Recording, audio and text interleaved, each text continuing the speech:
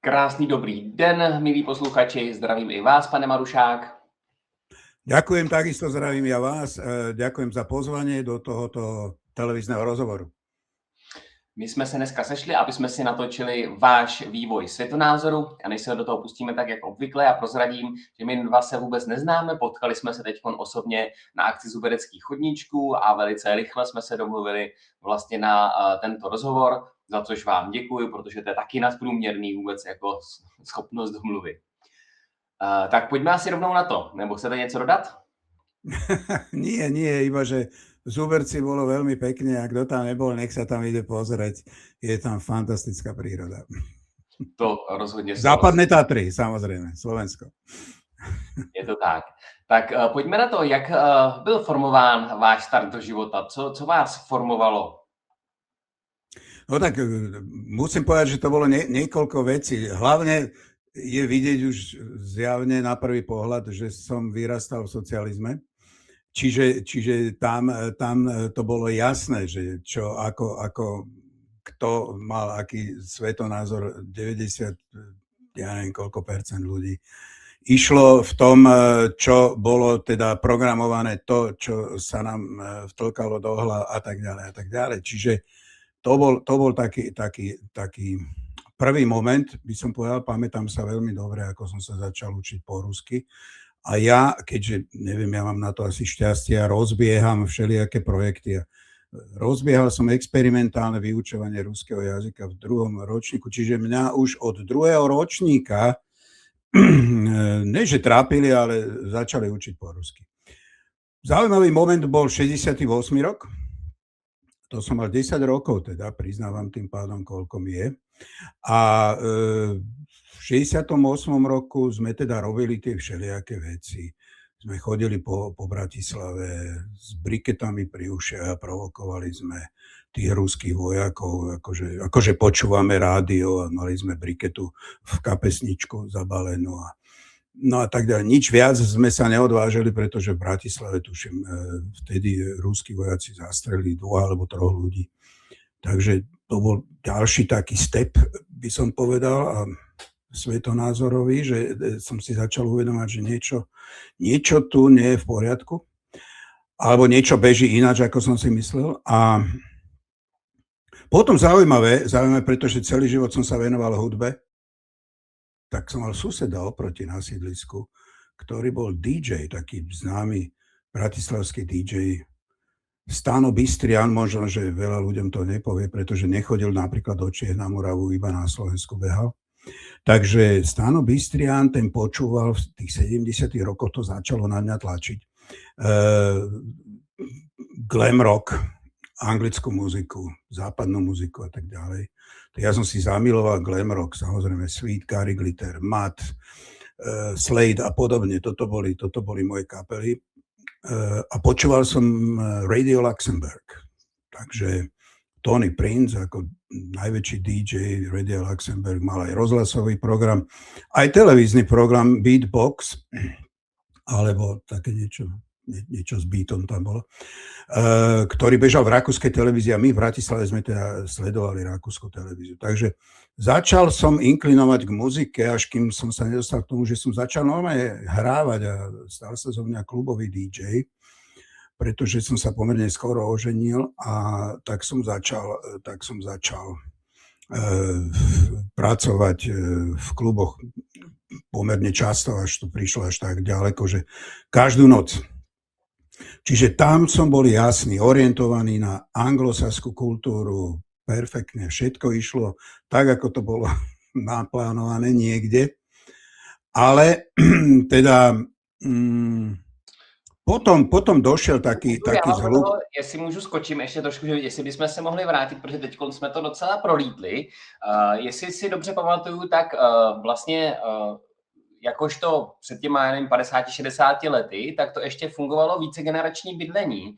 Eventuálně měl jste asi vícelo sourozenců, tak jak to bylo vlastně s babičkama, s dědečkama? Bydleli jste takhle dohromady? Nebo vídali ste sa? Byla to vesnice města? My sme bývali na sídlisku v byte, kde sme mali deti izbu, boli sme 2 súrodenci, rodičia vlastnú a teda samozrejme trojizbový byt, obývák a tak ďalej. Čiže my sme nebývali až tak viac generačne, iba teda keď, tak dvojgeneračne max. A tak to bolo aj ďalej so mnou. Ja, keď som sa oženil, tak potom manželka dostala byt, alebo dostali sme byt a tým pádom sme mali o to postarané. Čiže tu nebol takýto nejaký problém s bytmi. A viem, že v tej dobe, vlastne keď sme si brali pôžičku, tak to bolo veľmi jednoduché a štát veľmi pomáhal mladým rodinám. A teda babička s dědečkem, ty byli někde na vesnici, tam jste jezdívali? Boli na vesnici, teda na dedine, vlastne som mal už iba babičku, aj to nie veľmi dlho, ja som mal nejakých možno 8 rokov, keď zomrela. Takže my sme tam chodili, pretože moja mama mala nedaleko na Záhorí, pri moravských hraniciach mala rodinu, tam sa narodila. Môj otec bol z východu, takže tam to bolo ťažšie a tam sme síce chodevali občas, ale nie tak často ako napríklad na to Záhorie, pretože na Záhorí som chodil, každé prázdniny som tam bol a tak ďalej. Čiže to bola krásna doba.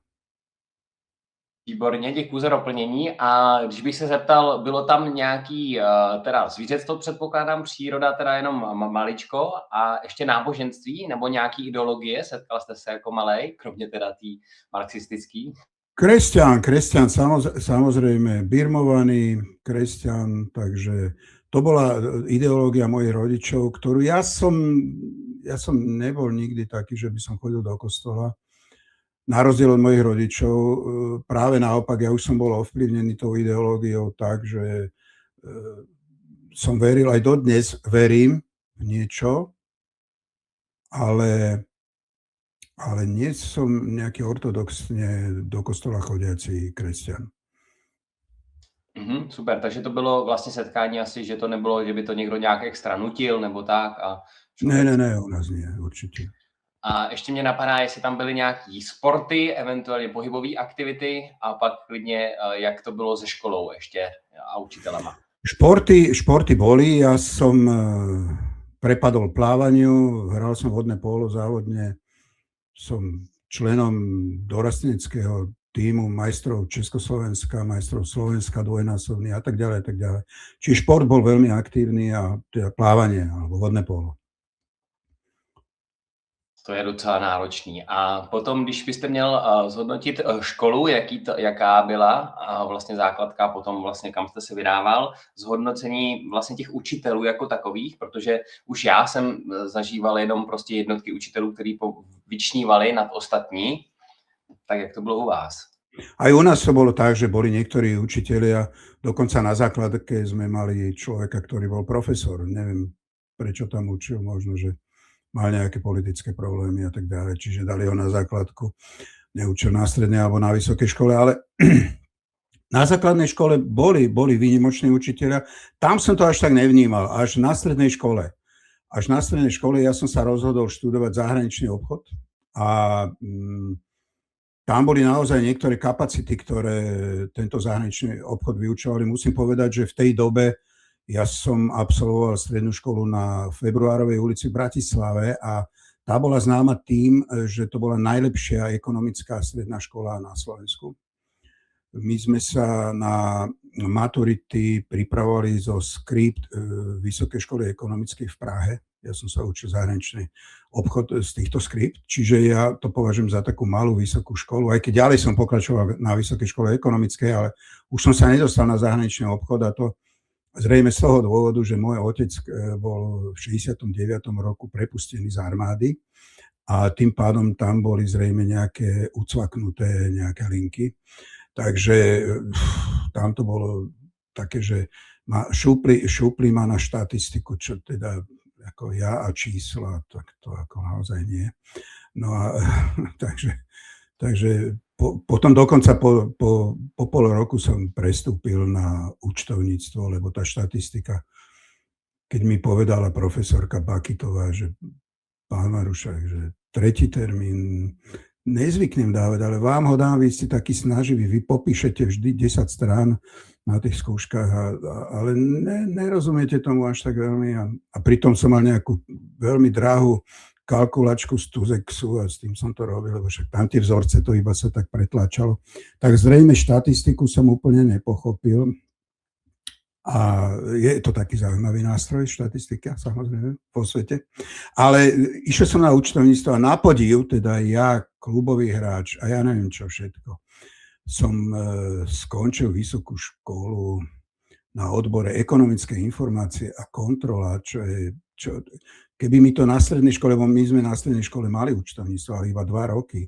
A tam my sme si z toho robili prču, samozrejme. A tam nám profesorka hovorila, vy si ma raz budete pamätať. A ja som si ju naozaj na tých štátniciach pamätal. Ale chodil som na doučovanie dokonca na vysokej škole, takže som urobil aj štátnice z účtovníctva. Výborně. A tím pádem, když už člověk byl dospělejší a nemohl se dostat tam, kam chtěl, tak to vnímal jako nějakou křivdu, nebo už si tam pokládal nějaké otázky, nebo něco z toho vyvozoval, nebo to přišlo až když tak později? Tak u mňa to prišlo veľmi skoro, ešte pred tou strednou školou, to som tam nedohovoril možno, lebo som tam vstúpil aj s tou vysokou, že ja som sa rozhodol študovať zahraničný obchod, čo moja mama, ktorá bola predávačka v Priore a otec bol vojak, tak povedali, že kde my zoberieme na to známosti, aby si sa tam ty dostal.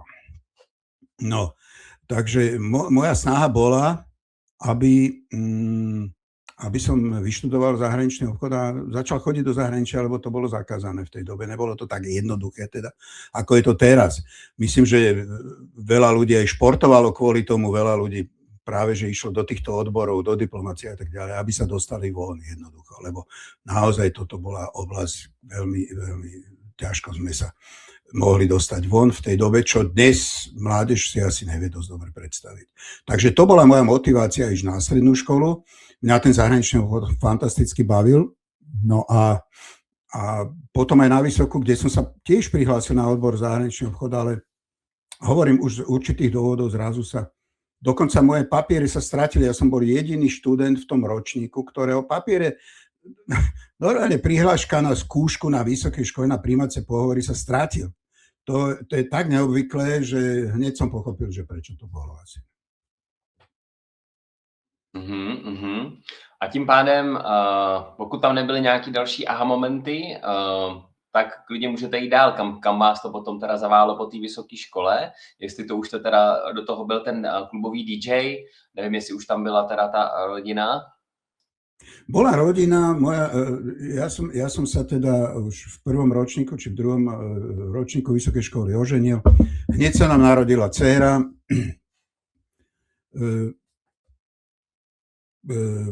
Potom, tam to bolo veľmi rýchlo, to išlo tá vysoká škola, pretože vzhľadom aj na to, že sa mi narodila dcera, ja som bol jeden z mála študentov, ktorí dostal individuálne štúdium práve kvôli tomu, že sa mi narodilo dieťa. A priznám sa, že do školy som chodil iba na určité konzultácie, však tak, ako je individuálne štúdium. Keď som prišiel do školy, tak som parkoval pred školou, v aute som mal aparatúru naloženú a tak ďalej, čiže ja som fakt v tej dobe hrával strašne veľa. No a hovorím, tá vysoká škola prešla strašne rýchlo a potom sa začal ten normálny život, ale už by som možno prešiel do toho obdobia. Počas vysokej školy som samozrejme, ale len tak vtipne kritizoval socializmus. Nie, že by som bol nejaký proti, ale iba také poznámočky som si vždy pred každým utrusil. Ja som mal svokra, ktorý bol komunistický funkcionár, respektíve on bol funkcionár odborový. A na to nezabudnem, že vlastne po nejakých, ja som sa rozviedol s jeho dcerou potom po nejakých 20 rokoch. A svet ma zavial do Kanady a nezabudnem, ako som sa vrátil a potom som sa s ním stretol niekde a on mi povedal, že ty si bol taký mafián, lebo ten nočný život a tak ďalej a taký protikomunistický život a ja nikdy som nemal protikomunistické myšlienky. Ja som každou svojou vetou alebo nejakou činnosťou len chcel upozorniť, že kde by kde to škrípa, kde by to nemalo škrípať a tak ďalej a tak ďalej. Čiže ešte raz, ja som nikdy nebol nejaký, že proti tomu zriadeniu. Dneska je to tak, že najradšej by som povedal, že by som bol komunista, ale to je dneska nemoderné. To je dneska strašne akože mimo. To je úplný úlet. To keď už ma niekto naserie v debate, jak sa hovorí slušne, tak mu poviem, že ty máš aký názor? Ja som komunista.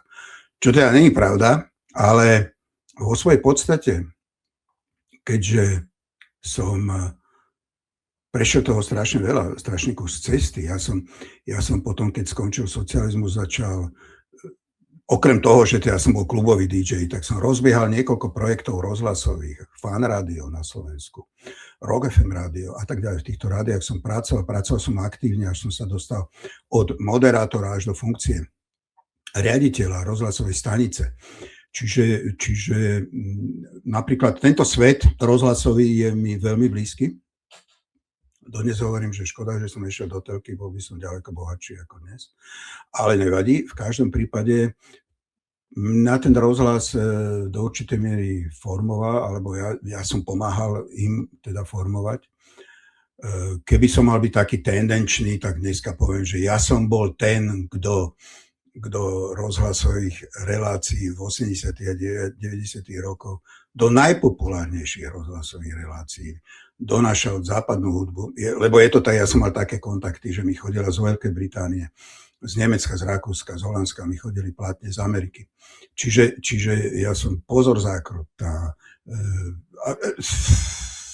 Všetky tie relácie, ktoré chodili na československom rozhlase, tak všade išlo, 50% bola moja muzika, teda západná hudba, to som dodával do rozhlasu ja. Takže teraz by som sa mohol doprzbiť, že ja som bol ten, čo sa postaral o to, že tá západná... Dneska je mi to úplne jedno, ale keď vidím, čo sa šíri zo západu, tak si myslím, že my sme na tom ďaleko lepšie.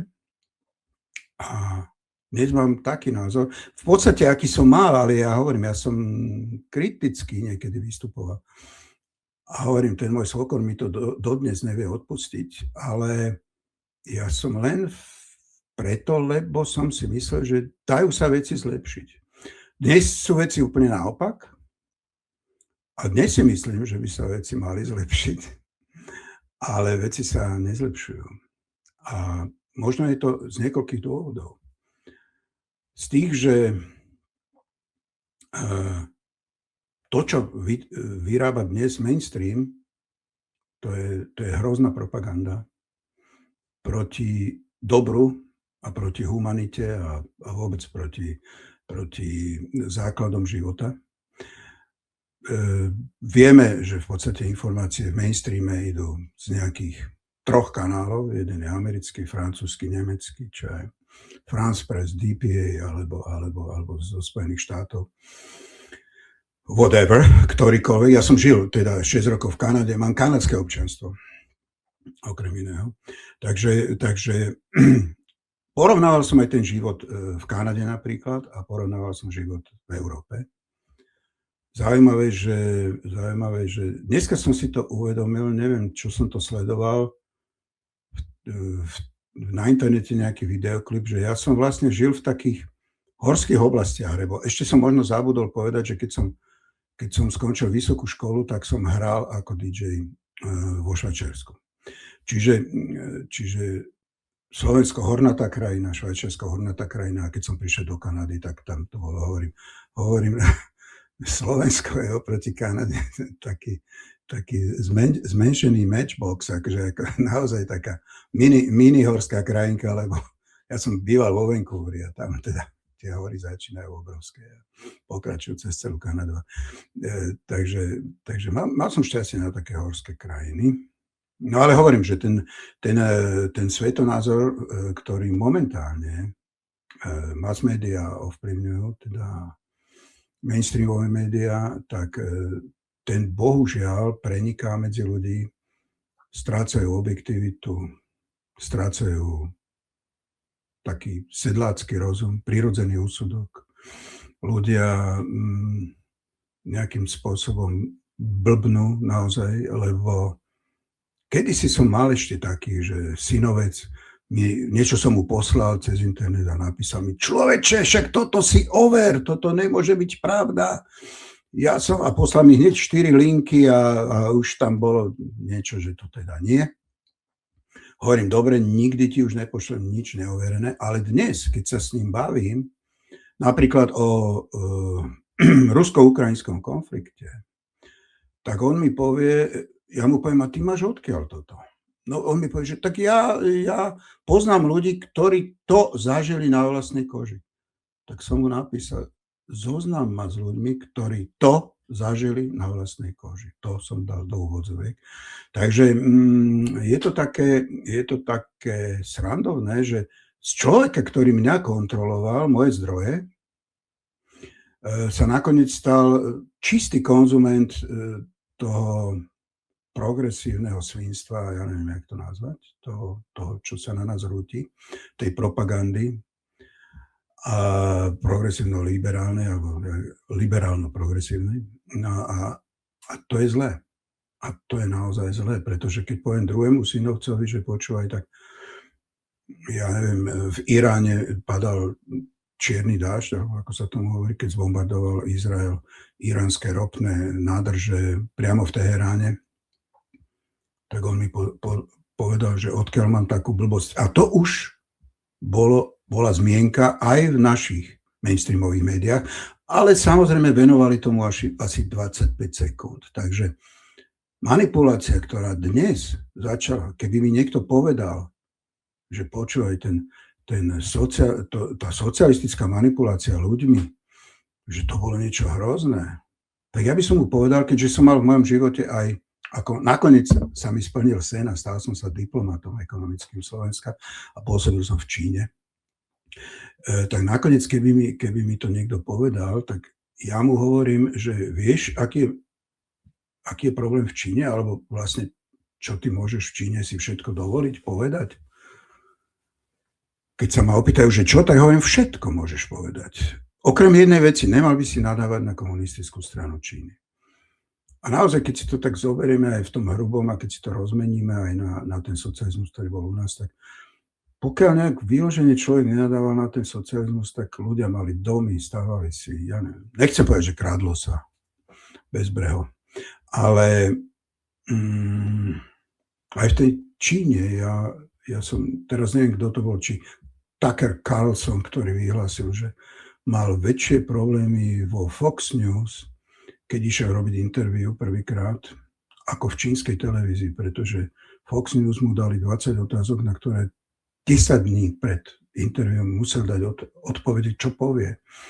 A keď išiel do Číny, tak sa ich opýtali, prosím vás, že čo, dáte mi nejaké otázky dopredu? A oni, že nie, hovorte, čo si myslíte. Takže sem sme sa dostali. Přesně k tomu, to jsem se chtěl dozeptat, že vlastně, když jste zmiňoval, že jste kritizoval, že jo, nějakým způsobem, když jste to považoval za prostě, když někde vidím, že je nějaký nedostatek, tak prostě to kritizuju a že z toho v podstatě žádný problémy nebyly, tam byly spíš, že jak toho tátu vyhodili a tak dál, takže něco drobného tam bylo, ale dneska, když to srovnáme, tak jsme na tom vlastně o dost hůř a je to asi možná taky díky tomu úpadku toho vzdělání, výchovy toho kvalifikovaného spotřebitele a ztrátě toho selského rozumu, takže jestli k tomu chcete ještě něco dodat, protože byste, myslím, to nastínil docela dostatečně. Neviem, no dneska teda žijeme v dobe konzumu. Filozofie sa teda dejú na základe konzumu. Všetko speje k tomu, aby ľudia míňali peniaze. A to je všetko. Nejaké umenie, nejaká vážna filozofia, alebo tieto veci sa nedejú už dosť dlho. Takže sem sme sa dostali, no. Je to tak, bohužiaľ. A myslím, že tie východné krajiny, dokonca Čína je na tom ďaleko lepšie ako tie krajiny, ako sú Spojené štáty. Mal som tu možnosť, mal som dopriaté, že som mohol zažiť Čínu, Ameriku som prešiel celú, Kanadu, Veľkú Britániu, tam som bol 20 krát, Nemecko, Rakúsko a tak ďalej, čiže viem porovnávať. A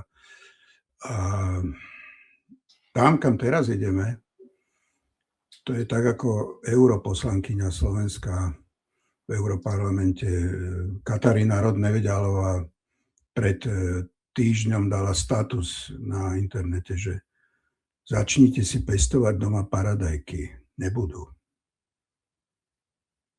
Je to tak a právě proto si myslím, že jakožto ten základní princip svoboda slova, což znamená kladení otázek, diskuze, naslouchání, že je základ vlastně té vyspělé společnosti, protože se pak vyvarovává těch dogmatických, kritických až fašistických jako přístupů. To, co vy jste třeba popisoval, že jo, v té Číně, která se jakoby zvedá podle mýho díky tomu, i když je nám to tady prezentováno naopak. A tady, jestli jsem dobře pochopil, tak už jste tenkrát zažíval vlastně tadyhle potlačování té svobody slova, vlastně politický jako tlaky, dalo by se říct, a z toho vyplývající autocenzuru, která prostě dospívá do prostě úpadku. To jinak vlastně asi ani nejde. Samozrejme, u nás sme to zažili v období rokov 2020 až 2023, keď bol pri moci Matovič najprv teda, potom Heger. Tu na Slovensku boli zatvárané médiá. Normálne z hodiny na hodinu vypínali médiá. A to boli tí takí, po mojom pravičiari, lebo dnes je aj táto teória obrátená. Tí, čo sú lavičiari, tak sú vlastne pravičiari a pravičiari sú za lavičiarov, aby úplne domýlili tých ľudí. Takže oni zatvárali médiá vo Veľkej Británii, alebo teda v Spojenom kráľovstve 12 000 ľudí sedí za svoje statusy na internete. Čo to je? Kam sme sa to dostali? Takže ja myslím, že ten fašizmus akože nenápadne prichádza a to celé, čo sa deje, že je jedna veľká príprava revanšizmu a prichádza teda nielen z Ameriky, ale hlavne z Nemecka a z Veľkej Británie.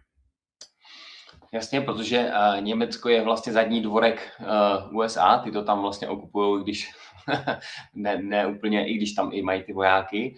A takže tohle je to, co jste vlastně zažil na vlastní kůži a v průběhu pomaličku, takže pro vás to nebyl žádný aha moment, jako třeba 11. září nebo nějaký takovýhle věci, ale vy jste to vlastně sledoval už dlouhodobě a nějak se vám to vlastně nelíbilo. Tak proto asi možná i teď ten svobodný vysílač a mluvení o tom. Áno, ja som dôchodca, ale mám v hlave taký motor a taký nejaký kompas a hovorím si, musím niečo urobiť, aj keď som na dôchodku, musím niečo urobiť, keď nič iné, ja som neštudoval filozofiu, preto aj keď sme boli na tých zubereckých chodničkoch, som sa pýtal na tie Sokratové sitá a tak ďalej a tam jeden človek povedal, ale my všichni tady známe Sokratové sitá. Ja som neštudoval filozofiu, ja som študoval ekonómiu, čiže ak by sa ma opýtal na nejaké schodky národného dôchodku človek dotyčný, tak ja by som mu povedal, ako sa robia vzorce a tak ďalej. Ale to, čo sa momentálne naozaj deje, tieto veci, to sú určité zákonitosti, ktorým sme sa nevyhli a bohužiaľ, no to Nemecko, to je veľmi zlé. Čo sa týka aj tej armády, čo Američania teraz hovoria, že vyberú z Nemecka, tak už dostali ponuku od Poľska. No, takže zase by boli o kúsok bližšie k tomu Rusku. Takže prvých 5 000 vojakov zrejme pôjde z nemeckých základní na poľsko-ukrajinské hranice, takže to už majú naozaj na dostrel. Takže my sme si tu s manželkou pestovali tie priesady tých rajčat a papriky a uhorky, takže rozkopeme celú záhradu a zasadíme asi aj zemiaky. Připravovat se na tu krizi, že vlastně, když jsem teď vyjmenoval ty základní důležité faktory, které vlastně ukazují, jestli ta společnost vlastně jakoby zkvétá nebo upadá, tak jsme si tady jednoznačně ukázali, že nejenom ta naše, ale bohužel celá ta západní civilizace upadá a my bohužel jsme na ní navázaný a navazovaní čím dál tím víc. Takže to si myslím, že jsme popsali krásně. Říkám si, jestli se dozeptat, teda když jste ten ekonom, jak vlastně vnímáte tu ekonomii jako takovou, vlastně třeba FED, Centrální národní banku, tisknutí peněz a vlastně z otročování skrz tadyhle to? No tak ja nejsom ani v makroekonomike, ani v mikroekonomike v súčasnosti, keďže nepracujem. Už moje posledné miesto bolo z ministerstva zahraničných vecí, som odišiel na ministerstvo dopravy Slovenskej republiky. Ale teda, keď by som sa mal k tomu vyjadriť, tak ekonomiky všetkých krajín idú, ako sa výstižne po česky povie, do kytek. A znamená, že sa zadlžujú. Bez toho, že by ekonómovia a politici mali nejakú víziu, že ako z toho von. Jediná a bohužiaľ najrýchlejšia cesta, ako z tohoto von, je vojna. Takže vidíme, že je tu niekto, komu na tom strašne záleží, aby celá tá ekonomika, ktorá je naozaj zle, však to vidíme, každá krajina je na tom zle. A keď tu na politicky jeden tábor ohovára druhý tábor, že vy ste nič neurobili s ekonomikou a tak ďalej. Ale čo môžete urobiť s ekonomikou uprostred Európy, v malej krajine, keď vlastne celá ekonomika Európy ide preč? Však ja som práve dnes v noci čítal nejaké štatistiky, ako je na tom nemenovaný výrobca automobilov Volkswagen zle ekonomicky, že dokonca Porsche obraty sa znížili o 98% napríklad a tak ďalej. Zisky sú, bohužiaľ, napríklad Volkswagen minulý rok zarobil iba nejakých 6,9 miliardy eur, čo je teda asi strašne málo. No. Ale keď ide celá tá ekonomika preč, tak to znamená, že niečo s tým treba robiť. A títo, myslím, že na tých najvyšších miestach, o Európskej únii ani nehovorím, lebo to je výber toho najhoršieho, čo máme v Európe. Ale sú tu ekonómovia, ktorí by zachránili možno situáciu. Ja poznám na Slovensku jedného ekonóma, ktorý sa veľmi kriticky vyjadruje práve k ekonomike a k tomu, ako sa s ňou narába. A hovorí, že teda nie sme o 5 minút 12, ale 5 minút po 12 už. A že už sa s tým asi nebude dať nič robiť. Ten sa volá Marian Vítkovič. Je to ekonóm slovenský, ktorý je naozaj mimoriadne kritický. A jeho prednáška, ja ho chcem tiež zobrať na budúci týždeň do môjho programu televízneho, do môjho podcastu. A je to človek, ktorý, keď si ho vypočujete, tak po 12 alebo po 15 minútach si idete naliať, alebo idete niečo robiť, lebo nemôžete to prekúsať. Keď vám on v skratke povie, že ako zlé je táto ekonomika na svete. Ono je to docela zajímavé, že prostě i v jednoduchých počítačových hrách, tak když člověk prostě těží suroviny a prodává je, tak má jakoby nějaký peníze. Když je z těch surovin zpracovává, dělá z toho prostě nějaký drobný, tak má větší peníze. Když z toho dělá větší výrobky, tak má ještě větší. A čím větší technologie a technologické výrobky, tak má vlastně ta ekonomika potom vlastně největší peníze. A přitom my přesně z toho, tadyhle z toho, co jsme byli, jakože Československo, tak se vracíme jenom na ty subdodávky a tohle je vidět vlastně v celé té ekonomice jakoby Evropy, ať už i ta energetická závislost, prostě rozbourávání toho, co nám tady fungovalo, nestavění nic nového. A mně přijde jako, že takový nejzajímavější faktor, že byty, který vy jste zmiňoval, že jste vlastně dostali nebo byli za velice levnou částku, tak se prostě dneska prodávají za 10 miliony nebo 8 až 10 milionů a že to prostě nedává vůbec žádný smysl po 50 letech, aby něco se prodávalo za takovýhle ceny, že jo? Jak je to možný? No, je tu tá situácia, že aj v televíznych programoch, keď pozerám, tak mladí ľudia sa vyjadrujú, že on si jednoducho ten byt nemôže dovoliť ani na splátky, ani na nič, pretože nezarába toľko a tak ďalej a tak ďalej. Teraz som videl také zaujímavé porovnanie, že tí mladí ľudia utekajú na západ a v Anglicku, dajme tomu, zárobí 1600 libier, alebo teda 1600 eur. Lenže keď dá za byt, za nájom bytu dá 1000 alebo 1200, niečo musí jesť dotyčný človek, tak je na nule, tak je horšie na tom, jak tu na vlastne. A ešte musím pripomenúť, že teda ja, keď som bol v Kanade, ja som tam kúpil dom a ku mne vedľa sa nasťahoval Angličan. Čiže keď niekto hovorí, že ľudia utekajú zo Slovenska, ľudia utekajú z Čech. Mladí ľudia odchádzajú tam, kde sa im to, dajme tomu, nepáči, nie sú spokojní, tak idú z jednej roboty do druhej a potom už ani keď v tretej robote sa im nepáči, tak zmeníme krajinu. Čiže nie len naši ľudia alebo Európania utekajú, ale utekajú naozaj Angličania napríklad do Kanady. Ja som bol v Britskej Kolumbii, čiže z Londýna som mal suseda, ktorý prišiel z Londýna. Takže toto. No a neviem, vy si to nebudete úplne pamätať, napríklad v tých 80. rokoch, ja by som to prirovnal k tomu, že čo ja viem, pomaly každý rok sme čakali nejaké novinky z oblasti elektroniky, z oblasti také a také, boli platne, potom boli CDčka, potom boli mikrokazety nejaké, DAB, DAC, ja neviem čo všetko. Dneska už pracujeme samozrejme s kľúčami a s počítačmi, ale každý rok bolo niečo nové. Teraz sa to nejako všetko spomaluje. Na trhu už nie je toľko tovaru, koľko bývalo. Neviem, či je to tým, lebo napríklad ja som v Kanade robil v obchode, že tá prírodzená selekcia, že teda ten výrobca, alebo tí výrobcovia si zistili, že čo na tom trhu treba. Čiže už nie je 50 tovarov z jedného druhu, ale už sú len 4. Ale teraz čím to je?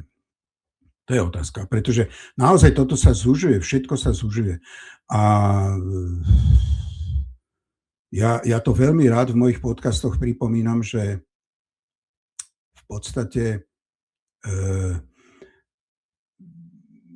neviem ako to povedať, no ale všetko sa zmenilo v rámci nielen teda tých tovarových tokov, finančných tokov, ale aj informačných tokov. A toto je hlavne asi ten najväčší problém, že keď v mojom podcaste poviem, že mám tu správu z Číny a síce, ja neviem, komunistická strana Číny mala svoj zjazd a teraz do ďalšej 5-ročnice si povedali, urobíme toto. A druhú vetu poviem, čo sa v tej Číne zbláznili? Však majú hovoriť o vojne. My tu hovoríme, každé správy na Slovensku a v Čechách sú o vojne. Koľko zbrojiť, koľko dať Ukrajine, koľko hento, koľko rakiet, aké rakety.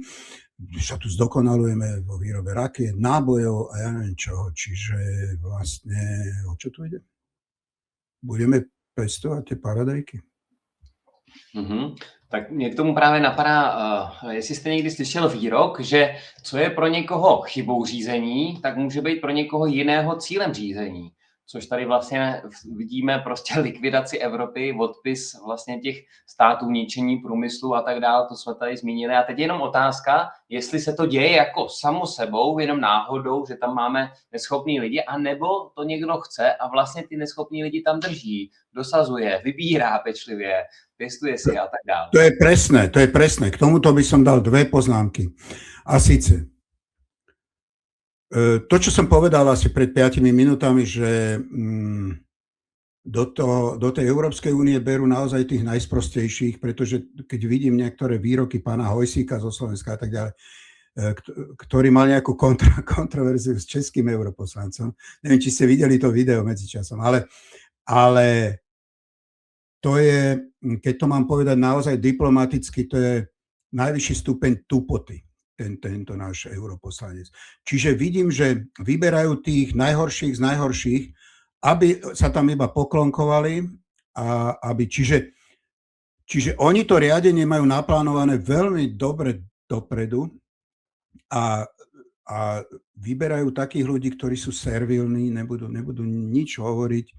Majú 15 000 eur mesačne, základ teda, a plus príplatky.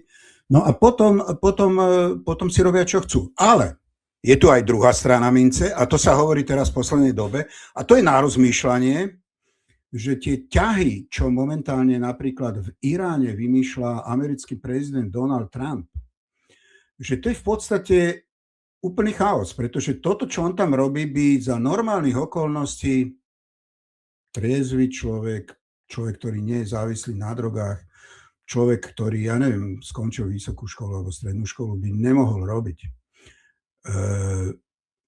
V Iráne stúpil na hada bosou nohou, to je zjavné už každému, len jemu nie. On teraz s tým svojím tímom, čiže opitý minister vojny Pete Hegseth a táto ďalšia partička, ja sa čudujem, J.D. Vanceovi, on z takých ťažkých pomerov vyrastal, chudák chlapec, a ja sa čudujem, že sa dal natiahnuť na toto všetko. Čiže to je riadený chaos. A my sme mali aj takú taktiku v športe, preto som rád za to, že som športoval, pretože vy, keď idete hrať nejaký zápas s nejakým protivníkom, tak pozrite si jeho taktiku, pozrite si 1-2 jeho zápasy, prípadne niečo zo záznamu.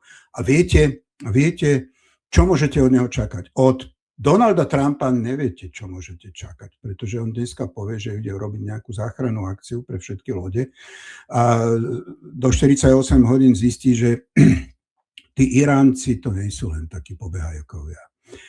A to je možno tá taktika, že robí chaos, aby nikto nevedel zistiť tú jeho taktiku, že čo zatiaľ sa vyzbrojuje. Možno, že to je tiež taktika, že tí západní, európsky jeho partneri z NATO povedali, že mu teda neprídu do Hormuzu pomôcť, ale nakoniec mu prídu s veľkou vervou.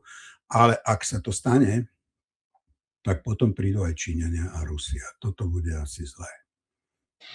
Tady k tomu mám doplňující otázku, protože to je taky takový častý, kdy třeba že u nás nebo u vás vnímáte, že to Slovensko není jednolitý celek, že tam je spoustu různých zájmových skupin a že i když třeba Fico něco říká, tak to neznamená, že to úředníci budou vykonávat, protože jsou prostě dosazený a někým úplně jiným, což v USA je to ještě jakoby složitější a dokonce tam se mluví, že o tom deep stateu, který má prostě pod kontrolou ty generály, tak je právě otázka, jestli to dělá Trump, anebo Trump se potom snaží jenom prostě kličkovat, aby nestratil úplně to řízení, protože tím pádem by to byla úplná katastrofa. Takže tohle to tak nějak vnímáte, nebo byste to komentoval? A zase potom cíl vytvořit, že z Iránu to centrum koncentrace řízení, což vlastně tohle je ta pomoc, jak to vlastně zahrát, aby ten Irán stoupnul a USA se konečně přeformátovali, aby ta země naše přežila, protože spotřebovávají skoro 50% energetických zdrojů a vytvářejí 50% odpadů a hlavně celý svět chce být jako oni, což není prostě možné. To je komplikované. Začnem v Amerike. Prezident Donald Trump je nesvojprávny. Dneska sa už dokonca hovorí, že toto je nejaký jeho dvojník. Že to je úplne iný Trump, ako bol v tom prvom období. Hovorí sa, že 100 rokov posledných už ovládajú amerických prezidentov, americkú politiku oligarchovia. Takže to je odpoveď na Ameriku. Ešte k tej Amerike by som povedal veľmi logická úvaha. Venezuela kontra Irán. Tieto dve krajiny zásobovali doteraz najväčšieho konkurenta Spojených štátov, Čínu, 70% ropy. Čiže ak tieto dve krajiny sa podarí logicky odpáliť, podarí sa odpáliť Čínu. Alebo ju vyprovokovať k niečomu. No, takže toto je politika. Čiže oni chcú, najprv teda urobili tú Venezuelu a teraz pracujú na tom Iráne, lebo to je veľmi dôležité. Tam tie hračky s tým, že či má Irán obohatený urán alebo má nejaké bomby, jadrové zbranie, bude mať zajtra, o týždeň, o rok, 40 rokov to už hovoria.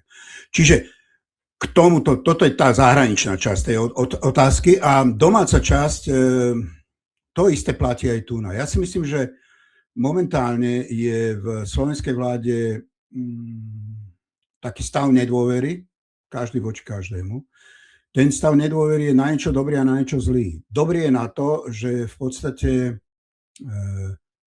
je tu taká obozretnosť, že sa predchádza nejakým zlým krokom. Ale na druhej strane tá nedôvera, viete, ako to je. Či máte veriť bratovi, nemáte veriť bratovi, jedno s druhým.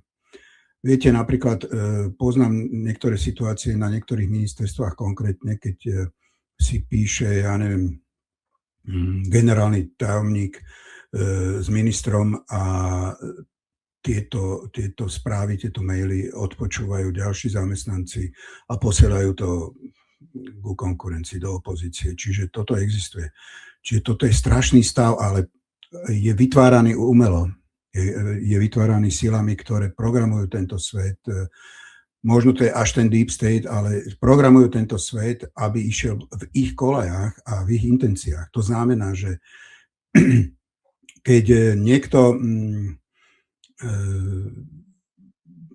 neviem, dokonca ovplyvňujú, keď niekto by chcel niekoho prijať do nejakej pozície, toto vedia okamžite ovplyvniť. U nás sa stalo, a keď už hovoríme napríklad o slobode slova, že v slovenskej televízii zmenil redaktor hlavný spravodajský dve vety v texte, v otázke pre redaktora, ktorý mal 25 rokov, ten 25-ročný redaktor išiel k počítaču a napísal do Bruselu, že teda sťažuje sa, že taká cenzúra na Slovensku, že to už sa nedá vydržať.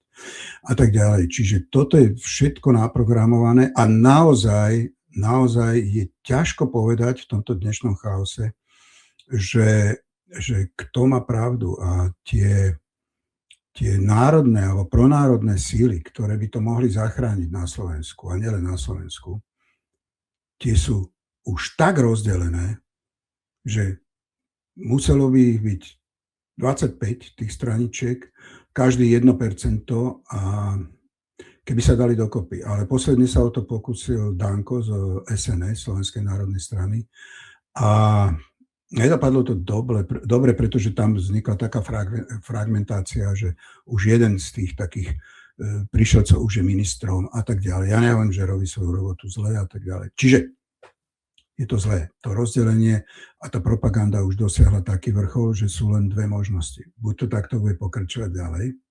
To znamená, že Drang nach Osten, ako hovoril Adolf Hitler, teda pôjdeme na ten východ, alebo východ pôjde na nás. Ale ne preto, že by to mal nejak programovo naplánované, ale preto, že sa bude len brániť. Takže já se zeptám, slyšel jste někdy, že řešit vlastně tohle je pravda nebo lež, neboli věřit, nevěřit je cesta do pekel, že je potřeba rozumět, a což znamená chápat, aha, tady ten názor, ten stojí na tadyhle z těch argumentech, tady ten je jiný názor, ten stojí na jiných argumentech, tady to mají podobný, tady to mají rozdílný. To je totiž podle mého základní princip, jak vlastně jako řídit. Z toho vyplývá i to rozpadání, eventuálně snaha o spojování na základě toho, aby se přidali k tomu našemu názoru a není tam žádný porozumění. Skupinka filozofov, ktorá bola práve na zubereckých chodničkoch, tvrdila, že jedna z tých skupín alebo fóriem rozlišovania dobra a zla je, že vlastne nevšímať si tie správy a informácie, tie zlé informácie od tých zlých zdrojov a tak ďalej. Ja by som sa v tomto priklonil ku Stalinovi, ktorý povedal, že treba sledovať zdroje nepriateľa, aby sme vedeli, ako sa im máme brániť a ako s nimi bojovať. A právě porozumět jim a i si pokládat tu otázku, že jo, jaký cíl, proč zrovna teď, takovýhle informace a tak dál. Super, tak to jsme doplnili. A pak jsem si ještě říkal zmínit, jestli jste někdy slyšel o principu kyvadla, který jsme viděli právě třeba například před tím 89., kdy se socialismu zbavovalo tak, že se dávalo ještě více socialismu, dosazovali se právě ti větší hňupové, který vlastně svojí činností prostě zhnusovali tu danou věc a potom lidi chtěli změnu, ale už jakou, to už nikdo neřešil. A že vlastně něco podobného se děje teď, akorát díky tomu, že máme tu populaci tak více prostě, já klidně řeknu zdebilněnou, tak prostě jenom to bude nabírat obludnějších rozměrů, než vlastně to větší část toho davu bude chtít tu změnu. O teórii kyvadla som nepočul, priznám sa, ale môže na tom niečo byť. I keď ja si myslím, že tu bola nejaká politika za socializmu pestovať kádre dlhodobo dopredu. Čiže oni ich sledovali, štátna bezpečnosť ich sledovala, zamestnávateľe ich sledovali a tak ďalej. Keď to prišlo k tomu, že teda asi to bolo až také hrozné, k tomu prispela samozrejme zahraničná propaganda, to znamená hollywoodske produkcie filmov, hudba, všetko k tomu prospievalo, aby tí ľudia zrazu zblbli a mysleli si, že prídu na západ a budú im padať, ako sa to zvyklo hovoriť, pečené holuby do úst. Čiže toto je tá vec, len že by to teraz k tomu spelo, no my sme v inej situácii, pretože ja zvyknem rád hovoriť, že no socializmus skončil, takže je tu kapitalizmus. Ako hovorí môj kamoš, že kedysi sme hovorili, že socik, tak teraz je tu kapík. Ale akože vlastne všetci sú kapitalisti. Takže v tej vláde sú všetci kapitalisti, ale teda bojujú proti sebe. A to ma trošku náplňa obavami, pretože ak bojujú proti sebe, lebo učil som sa, že základný zákon kapitalizmu je vytvoriť čo najväčší zisk. Či už pre majiteľa, alebo akcionárov a tak ďalej. A uspokojiť potreby samozrejme spotrebiteľa. Ale to znamená, že keď sú aj v tom parlamente dve skupiny, ktoré bojujú proti sebe, prečo bojujú? Nakoniec to skončí tak, že naozaj budeme musieť ísť na Mars len preto, lebo tu sa všetci vytlčú. Lebo to je základný zákon kapitalizmu. Ten silnejší vyhráva. Čiže oni sa vlastne, a vidíme to teraz, ak je to pravdivé, čo teda myslím, že je pravdivé, ak je to pravdivé, tak oni sa teraz medzi sebou bijú. Však sme videli vojenské objednávky na lietadlovú loď pre Austráliu, Francúzsko a tak ďalej. Spojené štáty, čo robili, tak to bolo niečo úžasné, však oni vlastne sa podvádzajú medzi sebou a robia si za chrbtom zle.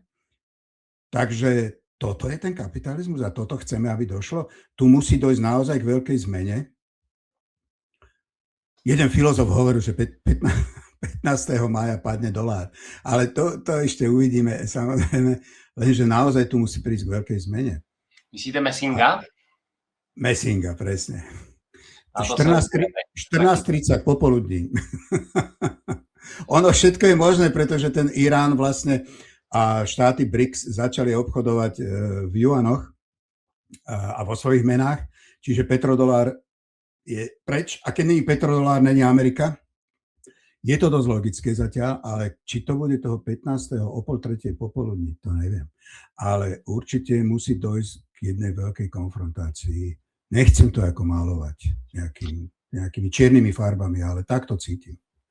Tak ty změny právě probíhají, že popsali jsme těch procesů spoustu a jak jsme si říkali, prostě ten systém, jakmile dostane se do kritické hodnoty, tak se začnou dít věci a je to o tom docela velice rychlý. Takže uvidíme. A říkám si ještě takový rčení, že vlastně tady probíhá v podstatě jenom spojování proti společnému nepříteli, ale tam to má bohužel zase tu vadu, že jakmile ten společný nepřítel zmizí, tak spojení taky zmizí, což znamená, že to je taky jeden princip bezstrukturního řízení. Áno, oni sa budú ničiť navzájom. A nájdu si ďalšieho nepriateľa, veď v tom je tá prostata, ako hovorí môj kamarát. Tak já mám potom ještě nakonec dvě takové otázky, které pokládám každému, tak jenom se zeptám, jestli vás ještě nenapadají nějaký aha momenty, co byste ještě pozdílel, co třeba jste prostě dělal v životě a už neděláte, činíte jinak? Tak už toľko nešportujem, koľko som športoval. Už dokonca lekár mi predpísal len chôdzu, takže už iba chodím. Napríklad. Jasne. Výborně. Tak já se teda zeptám, slyšel jste někdy a okomentoval byste o gnozi, neboli znalostích předků interpretovaný panem magistrem Kozákem, védy takzvané? Nie, tieto védy som neštudoval, ani som nepočul. Neviem, o čo tam ide. Výborně, děkuji. A to je taky důležitý umět říct ne a nevokecávat to, tak to chválím. A pak ještě pokládám otázku na koncepci společné bezpečnosti, kterou vlastně propaguje nejvíc Valery Pjakin. A není to, co zmiňují právě konceptuální skupina Moravská, která ano, občas tam nějaký věci má, ale častokrát je hrozně komolí, a takže bych to vůbec, to prostě to není. Moravská skupina komolí veľa vecí. Dajme si na nich pozor. A Pjakin, to je tak, že ja som ho ešte nikdy nevydržal počúvať dokonca, on má strašne dlhé prednášky a u nás máme také rčení, ako sa povie po česky, že veľa rečí a skutek utek, ale neviem, on príliš veľa rozpráva s veľa vecami, čo som stihol zachytiť predtým, než som buď zaspal, alebo som to vypol, tak s veľa jeho vecami nesúhlasím, s jeho výrokmi. Nesúhlasím. Výborně. S tím, že teda Pjakin je ten největší propagátor a jde o ty znalosti jako takový, protože ten, kdo je samozřejmě šíří, tak neznamená, že chápe jakoby správně, i když já jsem zatím nenarazil na jedinou věc, kterou bych s Pjakinem nesouhlasil. A právě mi přijde, že ty věci, které třeba když narazíte, tak bychom se mohli popovídat, protože vlastně mě by zajímalo, proč nesouhlasíte, co tam vidíte a to, co jsem vlastně zatím zkoumal, tak to většinou bylo jakoby nepochopení toho daného člověka, jestli by to Výborne, kľudne mi pošlite nejaký jeho prejav, ale prosím preložený, lebo tá moja ruština už naozaj nie je až taká dobrá, ako bývala. Vypočujem a dáme debatu na toto veľmi rád, pretože aj u nás je veľmi uznávaný Piakin, ja to uznávam, ale sú veci, neviem. No to si myslím, že je právě ten největší potenciál k tomu vlastně víc porozumět, víc to rozšířit, protože právě ta kritika, to je to nejlepší, co si můžeme dát, samozřejmě otevření, že se něco poučíme a právě jenom odkážu na pana Bůzka, zakázané vzdělání, on pokládá vlastně otázky přímo na Československo a teď vyšel perfektní díl, který by se dal vlastně jakoby rozebrat a rozvést, protože tam, myslím, zaznívaly fakt důležitý informace.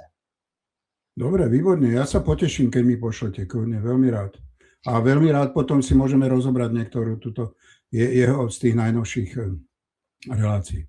Skvělý. Takže tím pádem pojďme k závěru a co vlastně nabízíte, eventuálně co hledáte? Ja ponúkam ľuďom informácie, ktoré bežne nedostanú. To znamená, že vyberám zo zahraničnej tlače, ale to sú také z Indie, Al Jazeera, Čína, Irán a tak ďalej. Čiže ponúkam zdroje, ktoré bežne sa v našich mainstreamových médiách neuvádzajú. A napríklad aj o Mali sú také informácie kusé a nedostatočné a pokrivené, že je mojou, by som povedal, povinnosťou informovať ľudí o týchto veciach formou aj takou, že glosujem niektoré konkrétne udalosti. Takže to je také moje poslanie, by som povedal momentálne a to by som chcel dosiahnuť takú väčšiu informovanosť, pretože naozaj takými, ja si hovorím, že politolog bez diplomu, či taký ľudový politolog, čiže ľudovo by som povedal, že médiá dnes naozaj z ľudí robia blbcov tým, že skresľujú informácie, nedávajú celé informácie, alebo klamú dokonca, čo by malo byť zakázané. A jestli dobře chápu, tak to děláte na tom Svobodném vysílači, nebo máte i nějaký blog, kde se dá potom najít? Dáme do popisu určitě odkaz. Mám YouTube kanál Politolog bez diplomu a na Slobodnom vysielači robím rozhovory, také dlhšie.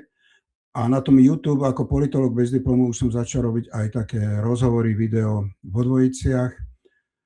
Dali sme dokopy štúdio v Slobodnom vysielači a odtiaľ tamto natáčam aj pre seba, aj pre nich. Takže mňa nájdu na YouTube. Výborně, dáme i do popisu odkazy a eventuálně co hledáte? Hľadám pravdu, vždy len pravdu, akože aj keď znie hoci ako zdrvujúco, tak hľadám pravdu. Nesnažím sa dávať von informácie, ktoré sú neoverené, jednostranné a povedal by som prihlúple, ale snažím sa niekedy aj s veličovaním porovnávať, teda čo vlastne, ako funguje tá západná propaganda, ako fungujú naši. Ja by som to tak prirovnal, napríklad taký príklad poviem, že keď demonštrovali tuto v Bratislave, prišlo nejakých 11 000 ľudí na námestie Slobody a demonštrovali, že chceme byť v Európe, tak som si kúpil školský atlas a každému som ukázal, že chlapci a dievčatá, dámy a páni, Slovensko je v Európe. Pozrite sa, školský atlas, vydanie 2025. Takže takýmito krokmi chcem ľudí upozorniť na to, že sú v nejakom naozaj informačnom alebo dezinformačnom inferne. Výborně, a tím pádem nám zbývají jenom slova na závěr a rozloučení. Ešte raz? A slova na závěr, že nám zbývají už jenom a rozloučení. Tak ja by som si prial, aby napríklad aj také programy, ako robím ja, prípadne vy, zazneli v mainstreame, čo sa nedieje zatiaľ, aby ľudia zobrali do hrsti ten sedlácky alebo selský rozum a aby začali rozmýšľať, že čo sa pre akú príčinu deje. A keď nakoniec zistíme, že peniaze sú dnes až na prvom mieste, tak nám z toho začne nabiehať husia koža. A držím palce, aby bolo čím viac takých médií, ktoré prinášajú pravdivé správy. Môj otec kedysi počúval Hlas Ameriky a som sa ho pýtal, že prečo to robí. A on hovorí, že vieš, ja si vypočujem Hlas Ameriky, potom si vypočujem Československú televíziu a z toho si urobím taký priemer. Dneska, keď si urobíte priemer, neviem, či z toho budete mať nejaký guláš, ale v každom prípade treba sledovať všetko. Je to tak a dneska právě ta jedna skupina vůbec není schopná sledovat nebo zamyslet se nad jinými názory a to je právě to, co jsme říkali, že tu chybí, takže taky nám přejem, aby jsme se do toho víc zapojili, rozlišovali, sdíleli a tvořili. Takže ještě jednou děkuju a bádání zdar. Držím palce, pekný deň.